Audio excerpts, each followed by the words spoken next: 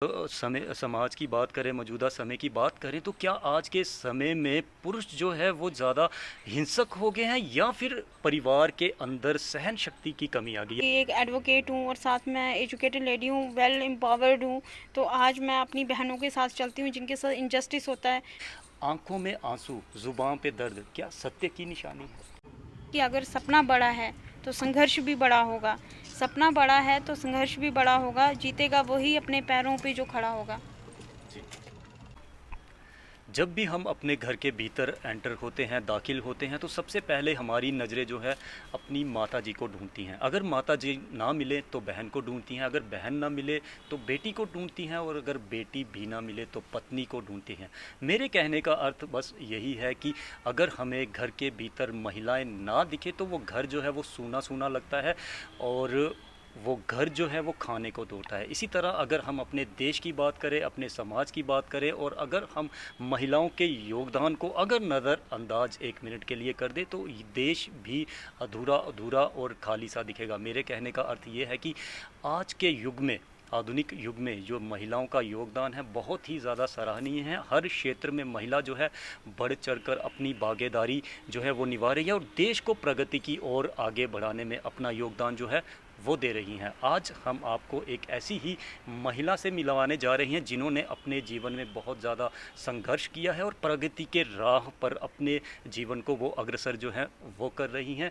जी हाँ, मैं बात कर रहा हूँ उधमपुर की रहने वाली सुहानी कटोच जी की। और मैं आपको बता दूं कि ये पेशे से एक वकील हैं और इसके साथ ही ये समाज सेविका हैं और साथ ही साथ ये एक राजनीतिक पार्टी का हिस्सा भी हैं। और इसमें इनका जो पद है वो जम्मू कश्मीर स्टेट सचिव के पद पर ये विराजमान है और इसके साथ ही ये रामबन डिस्ट्रिक्ट की महिला मोर्चा की प्रभारी हैं और उधमपुर डिस्ट्रिक्ट की ये प्रवक्ता भी हैं। तो जो सुहानी कटोच जी हैं हमारे बीच में इस समय मौजूद हैं। तो सुहानी जी, सबसे पहले हम जो है वो आपका दिल की गहराइयों से स्वागत करते हैं कि आपने अपने इतने कीमती समय से हमें जो है वो वक्त दिया।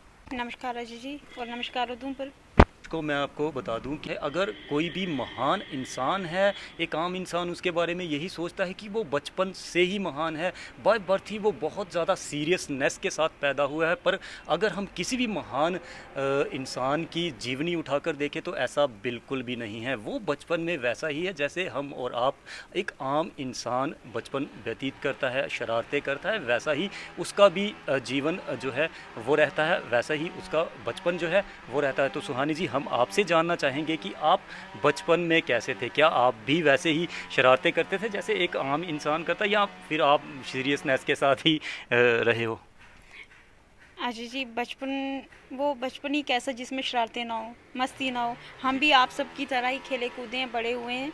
हम तो बचपन में, मैं तो अपनी फैमिली में सबसे छोटी लड़की थी क्योंकि सबकी शादियां हो चुकी थी। जी। और मेरे ताए चाचे, 7 ताए चाचे हैं जी। मिलके। और उस फैमिली में सबसे छोटी लड़की मैं ही हूँ, कोई जी। बेटी ही नहीं थी उनकी। तो बस लड़कों, कोई लड़की ना होने के कारण ताऊ जी के 12-13 बेटे थे पूरी फैमिली में। हमारे कोई 35 मेंबर्स एक फैमिली में। और सब जॉइंट फैमिली जॉइंट थी। फैमिली में, और उन जी। सब में छोटी मैं। तो बस वही हम सब की तरह ताऊ के जो बेटे होते थे, चाचू के बेटे होते थे, लात मुक्का चलता था। वो बचपन देखा है, मस्ती भरा बचपन था, कोई टेंशन नहीं थी। तो बचपन जैसे दूसरी लड़कियां खेलती हैं, मैंने तो वो अपनी मेरी मैं तो ज़मींदार फैमिली से हूँ। तो हमारे में इतना नहीं था, रोक टोक की जाती थी। पर जो मेरी फ्रेंड थी वो खेलती थी, वो मैंने देखा है कि मिट्टी की वो चूल्हे बनाते थे। जी। तो मैंने देखना कि मेरी ताई नहीं देख रही है, क्योंकि हमें वहाँ कहते थे मियों की लड़कियाँ।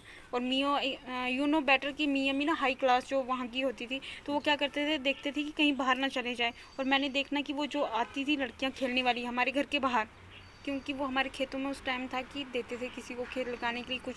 तो पूरे दिन उन लड़कियों ने खेलना, मिट्टी के चूल्हे बनाने, मिट्टी के बर्तन। तो जी। मैंने देखना कोई देख नहीं है, मैंने भी उनके अंदर घुस जाना। नाक पे मिट्टी, हाथ पे मिट्टी, कपड़ों पे मिट्टी। मैंने भी इंजॉय किया अपने बचपन को। तो सुहानी जी, कहने का अर्थ है कि आपका जो बचपन है वो भी बड़ा शरारती भरा बीता है। और अगर आपकी क्वालिफ़िकेशन की बात की जाए तो सुहानी जी, कहाँ तक आपकी क्वालिफ़िकेशन हुई है? कहाँ कहाँ से आपने जो है एजुकेशन प्राप्त की है? रही बात शिक्षा की, तो अजय जी मैं एक ही बात कहूँगी, शिक्षा तो चलिए ज़रूरी है, सोसाइटी का पार्ट है। लेकिन जिस शिक्षा में आपका बिहेवियर ना छलके, आपका स्वभाव ना दिखे, वो शिक्षा मुझे लगता है यूज़लेस है। तो बात आती है शिक्षा की, तो मेरी शिक्षा इतनी है कि मैं ग्रेजुएट हूँ जम्मू यूनिवर्सिटी से। जी। मैंने एमए पॉलिटिकल साइंस किया है। जी। एमए एजुकेशन किया है, जी। एमएड किया है, और रिसेंटली 2018 में मैंने लॉ किया हुआ है। एट प्रेजेंट मैं एडवोकेट हूँ। जी। और छोटे मोटे कोर्सेज जैसे कि सीआरएस मार्केटिंग होती थी, उसका 1 साल का कोर्स करा हुआ था। गाइड एंड काउंसलिंग में मैंने 1 साल का कोर्स करा हुआ है। और हमारे सोशल वेलफेयर डिपार्टमेंट है जो वहाँ पे, वो जो आपको पता होगा सिखाते हैं, तो उसका 2.5-3 साल का कोर्स किया हुआ है। छोटे मोटे गिनने लगूंगी तो फिर देर हो जाएगी। सुहानी जी, हमने सुना है कि आपने अपनी शिक्षा जो है वो शादी के बाद भी आपने जो है वो कैरी रखी, और ये जितनी भी आपने शिक्षा बताई हमें, तो ये आपने शादी के बाद जो है वो हासिल की है। तो हम जानना चाहेंगे कि आपके ससुराल पक्ष का जो संयोग था वो किस तरह का रहा, और ख़ासकर आपके जो पति देव हैं उनका किस तरह का संयोग आपके साथ रहा। आज जी मैं जो भी हूँ ना, आज तो मुझे लगता है कि इसका सारा क्रेडिट गोज़ टू द मेरे ससुराल पक्ष को जाता है। क्योंकि एक लड़की जिसकी उम्र 19-20 साल थी, जी। वो शादी करके आती है। जी। शादी की इतनी जल्दी नहीं थी एक्चुअली, मेरी मम्मा सोशल वेलफेयर डिपार्टमेंट में थे जी। सुबह। लेकिन क्या हुआ कि हम जब उधमपुर शिफ्ट होते हैं तो हमें पता लगता है कि एक दुखों का पहाड़ा, मैं थोड़ा सीरियस हो जाऊंगी इसमें कि मैं तो, पापा की ट्रांसफ़र होती है उधमपुर में, जी। हम आते हैं तो पता लगता है कि मम्मा को पथरी है। जब दिखाते हैं तो वो कहते हैं इनको लीवर कैंसर हो गया और ये 2 महीने की मेहमान है।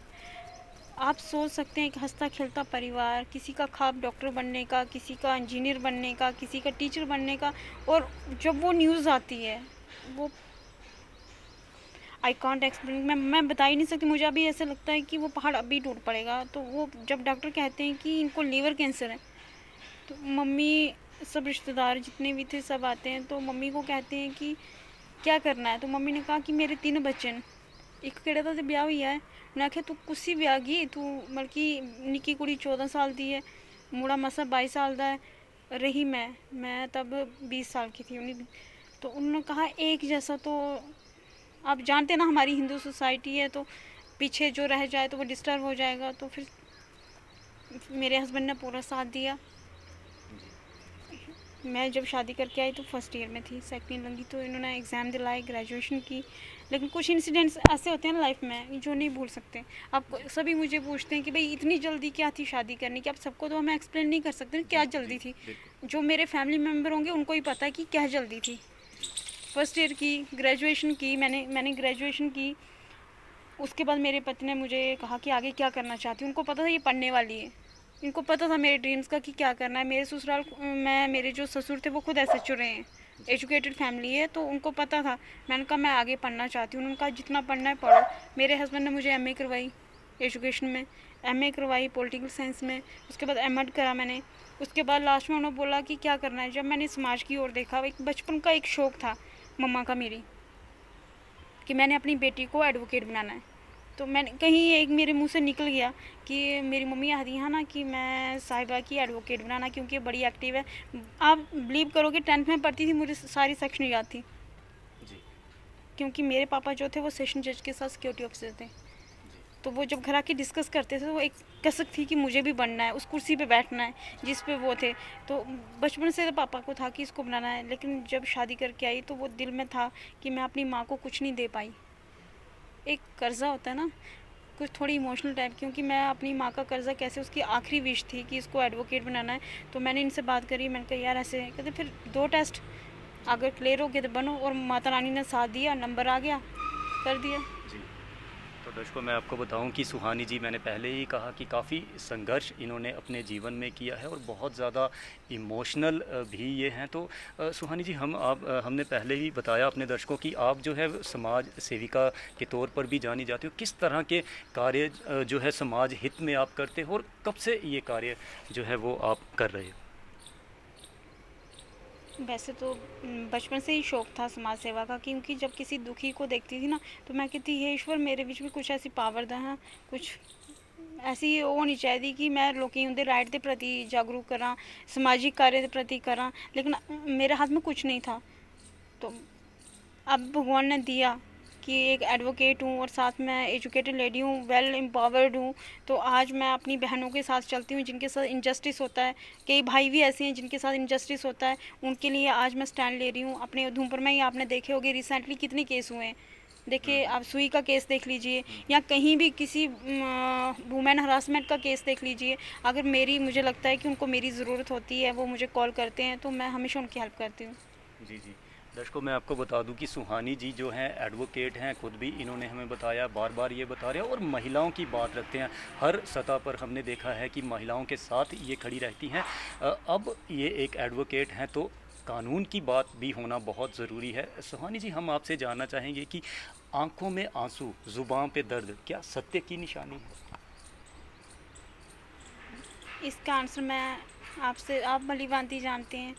सच झूठ तो कहने का मेरा अर्थ ये है सुहानी जी, क्योंकि आप एक समाज सेविका हैं तो कहीं न कहीं आपके साथ अब बहुत सारे लोग आपके पास आते होंगे। उम्मीद अगर से आते कोई हैं, बहुत आँखों में उम्मीद से आते आँसू और ज़ुबान पे दर्द बयान करता है तो कैसे आप जस्टिफ़ाई कर देते हो? कैसे आप समझते हो कि ये सत्य ही है? किस तरह से? क्योंकि आप एडवोकेट भी हो तो आपसे ये सवाल पूछना मुझे लगता है लाज़मी है। हैं। देखिए, सच और झूठ का फ़ैसला तो कोर्ट करता है। सबसे पहले मैं बता दूँ एज़ ए प्रोफ़ेशनलिस्ट मैं बताऊँ आपको कि कोई मेरे पास बड़ी उम्मीद से आया है, मैं उसकी कहानी सुनूँगी, हाँ, ये ठीक है, नहीं लेकिन जो उसका अगला स्टेप होता है वो तो कोर्ट ही करेगा ना। जो मेरे से हेल्प होगी मैं करूँगी, लेकिन हाँ, इनका जो जस्टिफ़ाई करना है कौन सच बोल रहा है, कौन झूठ बोल रहा है, इसकी 2 पहलू ही जस्टिफ़ाई करते हैं। एक जी, जो वो एविडेंस उनके जो उनके पास प्रूफ़ होंगे उस बेस पे ही हम सच झूठ का फ़ैसला कर सकते हैं। जी, कभी-कभी बेचारा सच्चा भी मारा जाता है लेकिन उसमें हम कुछ नहीं कर सकते हैं। जो एविडेंस बोलेंगे हम वही करेंगे। जी। समाज सेवक आज के दौर में अगर हम कहें तो कहलाना बहुत आसान है, पर समाज हित में कार्य करना बहुत ही कठिन है। और जैसे कि हमें सुहानी जी ने बताया कि अगर कोई इनके पास आता है, कहीं अच्छाई के चक्कर में बुराई ना हो जाए, इनको भी काफ़ी सावधान जो है वो रहना पड़ता है। तो क्रिटिसाइज़ भी झेलना पड़ता है हाँ, कभी-कभी। जी, जी। कभी-कभी हमें इतना क्रिटिसाइज़ झेलना पड़ता है कि जी, शायद जी। एक का न्याय कर दें, दूसरे के लिए अन्याय हो जाता जी, है। जी, जी, जी। उस दुविधा को हम ही जान सकते हैं। अगर हम 10 बंदों के लिए अच्छे हैं, तो शायद 2 बंदे हमें ये भी कहेंगे कि ये गलत है, इन्होंने हमारा साथ नहीं दिया। ये जी, एक जी। चुनौती का रास्ता है। जितना हमें ईज़ी लगता है ना कि एडवोकेट बनना या समाज सेविक बनना, ये बहुत ही टफ़ रास्ता है, क्योंकि सबको हम खुश नहीं कर सकते। एक का अन्याय दूसरे के इनजस्टिस बन जाएगा, एक के लिए जस्टिस दूसरे के लिए इनजस्टिस बन जाएगा। तो मुझे लगता है इससे बड़ी कोई चुनौतियाँ हैं ही नहीं है। फिर जी, भी जी, जी। कोशिश करते हैं कि सबको न्याय मिले। जी, जी। हमने देखा है कि अक्सर आप महिलाओं के हित के लिए खड़े रहते हैं। महिलाओं का जहाँ भी शोषण या किसी तरह की भी उनको समस्या आती है, आप वहाँ पर खड़े रहते हैं। तो हम भी चाहते हैं कि हमारे इंटरव्यू के माध्यम से जो महिलाएँ आज आप भी तक जो है वो आपके टच में ना आए, उनको भी कुछ ना कुछ फ़ायदा हो। आज के अगर हम दौर की बात करें सुहानी जी, तो हम देख रहे हैं कि महिलाएँ जो हैं वो समाज को आगे बढ़ाने में हर क्षेत्र में ही आज हमें महिलाएँ दिख रही हैं। चाहे वो बड़े-बड़े मॉल हो, चाहे वो ऑफिसेस हो या फिर छोटी सी दुकान हो, आपको महिला वहाँ पर काम करती हुई दिख जाएगी। यहाँ पर महिला काम करती है, वहाँ पर कुछ ना कुछ समस्याएं भी उनके साथ जो है ज़रूर होती होंगी। अगर वहाँ पर किसी महिला के साथ किसी तरह की कोई हरासमेंट होती है, ऐसी कौन सी कानूनी धाराएं हैं जिनके तहत वो जस्टिस पा सकती है, उस शख्स को जो है वो उसकी सज़ा दिला सकती हैं? तो हम चाहेंगे कि इसका आंसर जो है वो आप हमारे दर्शकों को ज़रूर दें।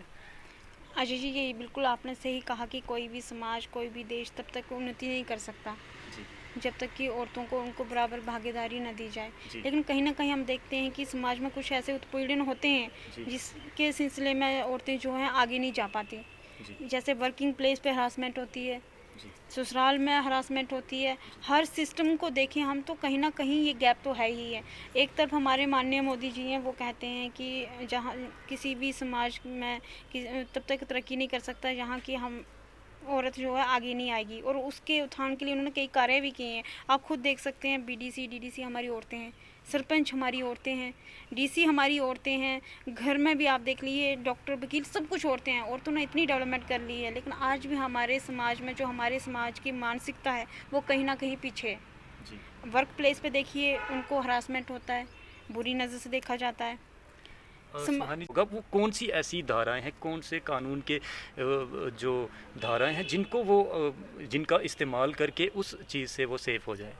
अजय जी, देखिए हमारे जो कॉन्स्टिट्यूशन है वो बहुत सारे प्रोविज़न देता है औरतों की सेफ्टी के लिए। जैसे प्रोटेक्शन ऑफ वुमेन एक्ट 2005 है। जी, इसके तहत अगर आपके घर में कोई घरेलू हिस्सा होती है, डोमेस्टिक वायलेंस होता है, तो आप अपने पुलिस स्टेशन में जाके एफआईआर करवा सकते हैं। जी, जो प्रताड़ित महिला है वो जी, किसके द्वारा प्रताड़ित है, जी, उसके ससुराल पक्ष में कौन कौन उसको प्रताड़ित कर रहे हैं, उनके नाम लेके वो उनको एफआईआर करवा सकती है। अगर वो दोषी पाए जाते हैं, आप जानते हैं कि अगर किसी के खिलाफ शिकायत है तो वो दोषी भी होगा। अगर वो शिकायत पाई जाती है तो उनको, मुझे लगता है कि 2 साल से लेके 14 साल तक की सज़ा कानून में है इस चीज़ की। हाँ। दर्शकों, अगर आज के समय की अगर हम बात करें तो आज के समय में जो है वो जो घरेलू नोक-झोंक हुआ करती थी, पहले भी समय में हुआ करती थी, आज भी होती है, पर आज वो नोक-झोंक इतनी ज़्यादा बढ़ जाती है, वो कोर्ट तक पहुंच जाती है और कहीं न कहीं आज के दौर में हम देख रहे हैं तो बहुत सारे परिवार बिखर रहे हैं, टूट रहे हैं। हानि जी, हम आपसे जानना चाहेंगे कि आज की अगर मौजूदा समय समाज की बात करें, मौजूदा समय की बात करें, तो क्या आज के समय में पुरुष जो है वो ज़्यादा हिंसक हो गए हैं या फिर परिवार के अंदर सहन शक्ति की कमी आ गई है? आप क्या कहते हो इस पे?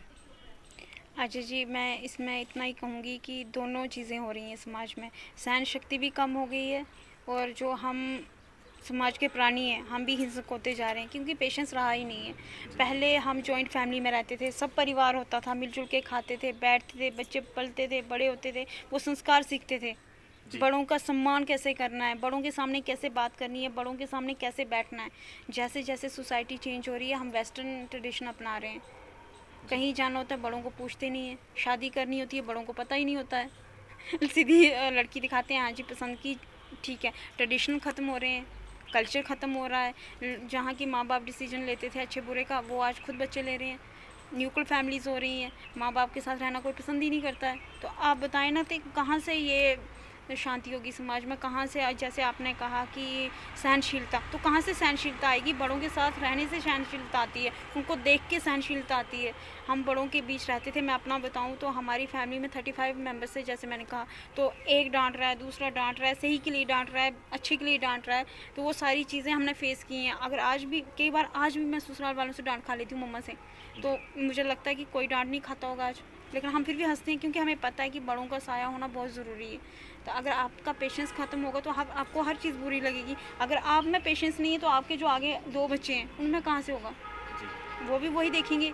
अगर आप अपने बड़ों को पलट के जवाब दे रहे हो, आगे 2 साल के बाद आपके बच्चे आपको पलट के जवाब देंगे। जब आप में सहनशीलता नहीं है, वही तो बच्चे ग्रहण करेंगे ना। जी। तो इसलिए समाज में सबका साथ होना ज़रूरी है, बड़ों का आशीर्वाद होना ज़रूरी है। हम सनातन संस्कृति से हैं भाई, हम इंडियन हैं, हम भारतीय हैं, और भारतीय देश विदेश में अपने कल्चर के लिए माना जाता है। लेकिन जब हमें पता ही नहीं है हमारा कल्चर कहाँ को जा रहा है, तो हम आने वाली पीढ़ी को क्या संदेश देंगे? जी। जी। तो कहने का अर्थ यही हुआ कि हम जो है वो अपनी संस्कृति को भूलते आ रहे हैं और हमारे भीतर जो सहन शक्ति होती थी उसकी भी कमी जो है वो आती जा रही है, यही आप कहना चाहते हो? सुहानी जी, आप इस तरह के मामले जो हैं वो कोर्ट में अक्सर देखते होंगे, बहुत सारे पति पत्नी के लड़ाई झगड़े आपने देखे होंगे, सुलझाए भी होंगे, केस लड़े भी होंगे। क्या किसी ऐसे मुद्दे में कि 1-2% कोई केस आपके सामने आया हो, यहाँ पर आपको आप बाद में पता चला हो कि पुरुष जो है वो निर्दोष था और महिला जो है उसके द्वारा उसको प्रताड़ित किया जाता, इस तरह के कोई मामले आपके सामने आए हों? देखिए अजय जी, ऐसा तो हो ही नहीं सकता कि मेल की गलती हो, फीमेल की गलती ना हो। जी। हर ताली जो है 2 हाथ से बजती है। जहाँ की मेल जो है पेशेंस खो चुके हैं अपना, जो संयम होता है वो खो चुके हैं, तो वहीं औरतें जो हैं वो भी घर गृहस्थी के तौर तरीके भूल चुकी हैं। जी। चाहे ये कड़वी सच्चाई है, समाज में बुरा लगे। अगर एक पिछले ज़माने में ये होता था कि कोई गुस्से से कह देता जा तू, मैंने तेरे साथ नहीं रहना, तो घर वाले उस मसले को हल कर देते थे। अपनी बैठ के चारदीवारी के बाहर आवाज़ ही नहीं जाती थी, मिल बांट के कर लेते हैं। लेकिन आज ऐसा दौर है कि अगर एक ऊंची आवाज़ करता है, दूसरा उससे डबल ऊंची आवाज़ कर देता है, और जी। वो आवाज़ें जब बाहर जाने लगती हैं तो उनको कोर्ट तक जाने में देर नहीं लगती। जी। तो मैं यही कहूँगी कि थोड़ा संयम रखें, धैर्य रखें, क्योंकि जहाँ पे औरत प्रताड़ित होती है वहाँ मेल भी प्रताड़ित होते हैं, ऐसी बात नहीं है। वो भी किसी माँ के बेटे हैं, भाई हैं, किसी के पति हैं, किसी के पिता हैं। दर्द हमें ही नहीं होता, दर्द उनको भी होता है। कई जगहों पे ऐसा देखा जाता है, वो इनोसेंट होते हुए भी उनको दोषी कराया जाता है, क्योंकि हमारी जो शक्ति है, हमें जो मोदी जी ने पावर दी है, वुमेन्स को दी है, तो हम, मुझे लगता है हमारे कॉन्स्टिट्यूशन ने जो हमें पावर दी हुई है, कहीं ना कहीं हम उसका भी मिसयूज़ करते हैं। जी। तो इसके लिए थोड़ा सोच समझ के और बड़े धैर्य से चलने की ज़रूरत है। जो हमारे लिए एक हथियार था, एक वेपन था, एक प्रोटेक्शन थी, हम उसका मिसयूज़ ना करें। जी। मैं यही कहूँगी कि जो हमारे दायरे हैं, हम अपने दायरे को समझें, अपनी सीमा में रहें, अपनी लिमिट में रहें, अपने घर गृहस्थी देखें। जी। और यही सच है और अंत समय तक यही सच रहेगा। जी, जी। तो आपके कहने का अर्थ ये है कि कहीं न कहीं अंडरस्टैंडिंग की जो है परिवार में मिसअंडरस्टैंडिंग मैं कमी आ रही है, आपस में जो है वो तालमेल नहीं बैठ रहा, जिस वजह से इस तरह के जो मामले जो हैं वो सामने आ रहे हैं। दर्शकों, मैं आपको बता दूं कि अगर हम अपने समाज की कल्पना करते हैं तो बिना महिलाओं के जो है वो समाज को हम अधूरा मानेंगे, मैंने पहले ही कहा। और महिलाओं का जो हमारे समाज को बनाने में योगदान है उसको हम किसी भी सूरत में जो है वो नहीं बुला सकते। और पुराने समय की अगर बात करें तो महिलाओं में काफ़ी ज़्यादा सहन शक्ति थी और बहुत ही ज़्यादा सहन जो है वो हमारी माताओं बहनों ने सहन किया है, और उनके दर्द की कल्पना जो है वो हम नहीं नहीं कर कर सकते हैं। सकते। पर कहीं ना कहीं आज के दौर में थोड़ी सी अंडरस्टैंडिंग के कारण शायद ऐसा हो रहा है। और हमारा इस प्रश्न के पीछे पूछने का अर्थ यही था कि हम चाहते हैं कि किसी का भी परिवार जो है टूटे ना। वो ना बिखरे। और आखिर में सुहानी जी, मैं अपनी 2 लाइनें जो मैंने महिलाओं के दर्द के ऊपर लिखी हैं मैं आपको के साथ अपने दर्शकों के साथ साझा ज़रूर करूँ। तो दर्शकों, वो लाइनें कुछ इस तरह से हैं। महिलाओं का दर्द हम शब्दों में तो बयान नहीं कर सकते हैं, फिर भी मैंने महसूस जो किया है मैं आपके साथ साझा कर रहा हूँ। किस घर की हूँ मैं मालकिन, किस घर की हूँ मैं मालकिन, कौन सा घर मेरा अपना है। हर कोई तो कहता मुझे पराया, हर बार तो टूटा मेरा सपना है। आखिर किस घर की हूँ मैं मालकिन, कौन सा घर मेरा अपना है। दर्शकों, इन लाइनों का अर्थ बस इतना ही है। जिस घर में एक महिला, एक बेटी 16, 17, 18, 20 साल तक रहती है, उस घर से विदा कर दी जाती है और ससुराल पक्ष में जाती है, और वहाँ पर कहा जाता है कि ये घर उसका है, और उस घर को पराया बना दिया जाता है। और जहाँ पर वो आती है और वहाँ वाले भी ये कहते हैं कि वही घर उसका अपना है, और वहाँ पर भी वो जो है पराई मानी जाती है। कहने का अर्थ है कि कुछ सपने उसने मायके में देखे रहते हैं, कुछ वो ससुराल में देखे रहते हैं, वो सभी बारी बारी से टूटते हैं। और आखिर में वो वही कहती है कि किस घर की हूँ मैं मालकिन, कौन सा घर मेरा अपना है, हर बार तो टूटा मेरा सपना है। आखिर किस घर की हूँ मैं मालकिन।